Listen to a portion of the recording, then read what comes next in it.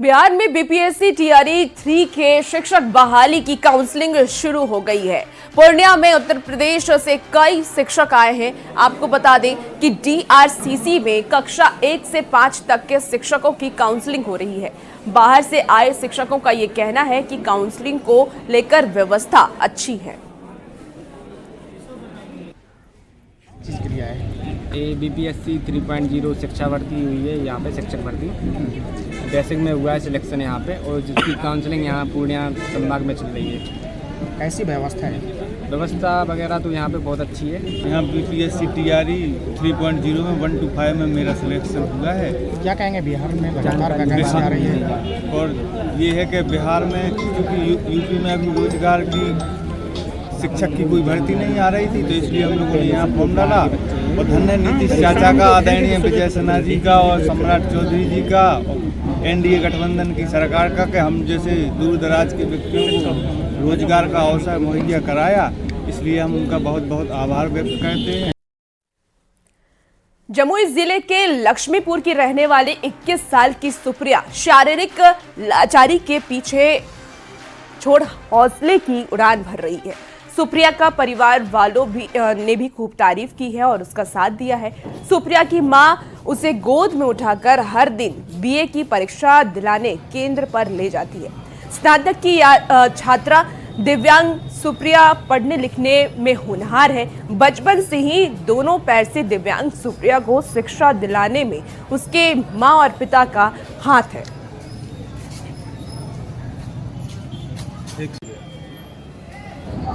Munger university का स्नातक का परीक्षा चल रहा है और सेमेस्टर फर्स्ट में जमुई के श्यामा प्रसाद महिला कॉलेज में एक परीक्षार्थी ऐसी एग्ज़ाम दे रही हैं जिनका नाम सुप्रिया है और वो बचपन से ही दोनों पैर से दिव्यांग है।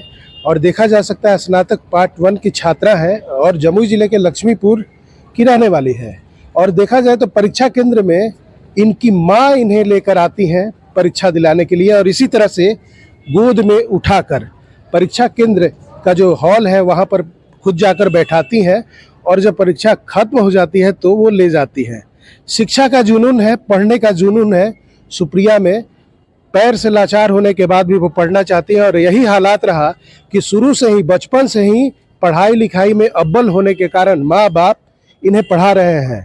और यही स्थिति है कि ये महिला अपनी बेटी को भविष्य संवारने के लिए परीक्षा केंद्र पर लेकर जाती है और स्कूल में भी यही हालात था। अच्छा, क्या स्कूल में कैसे जाती थी आप?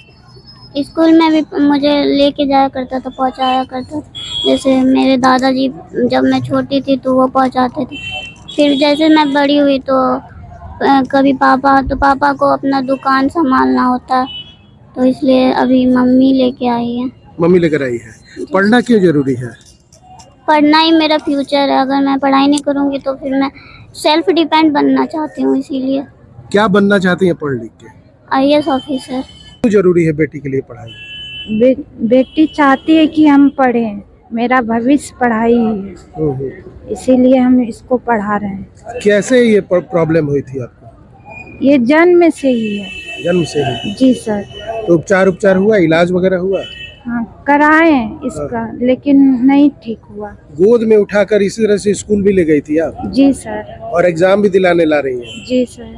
तो ये माँ है और जैसा कि देख सकते हैं नंदना कुमारी, और अपनी बेटी को एग्जाम देने के लिए इसी तरह से परीक्षा केंद्र पे लाती है। और चूंकि दिव्यांग बच्ची के लिए पढ़ाई लिखाई शिक्षा जरूरी है और हौसला इस कदर है जैसा कि सामने तस्वीर में दिख रहा है, तो कह सकते हैं कि लाचारी बेबसी कुछ हो, शिक्षा कितना जरूरी है यह उदाहरण दे रहा है एक परिवार जो माँ अपनी बेटी को परीक्षा दिलाने के लिए परीक्षा केंद्र गोद में उठा कर लाती है।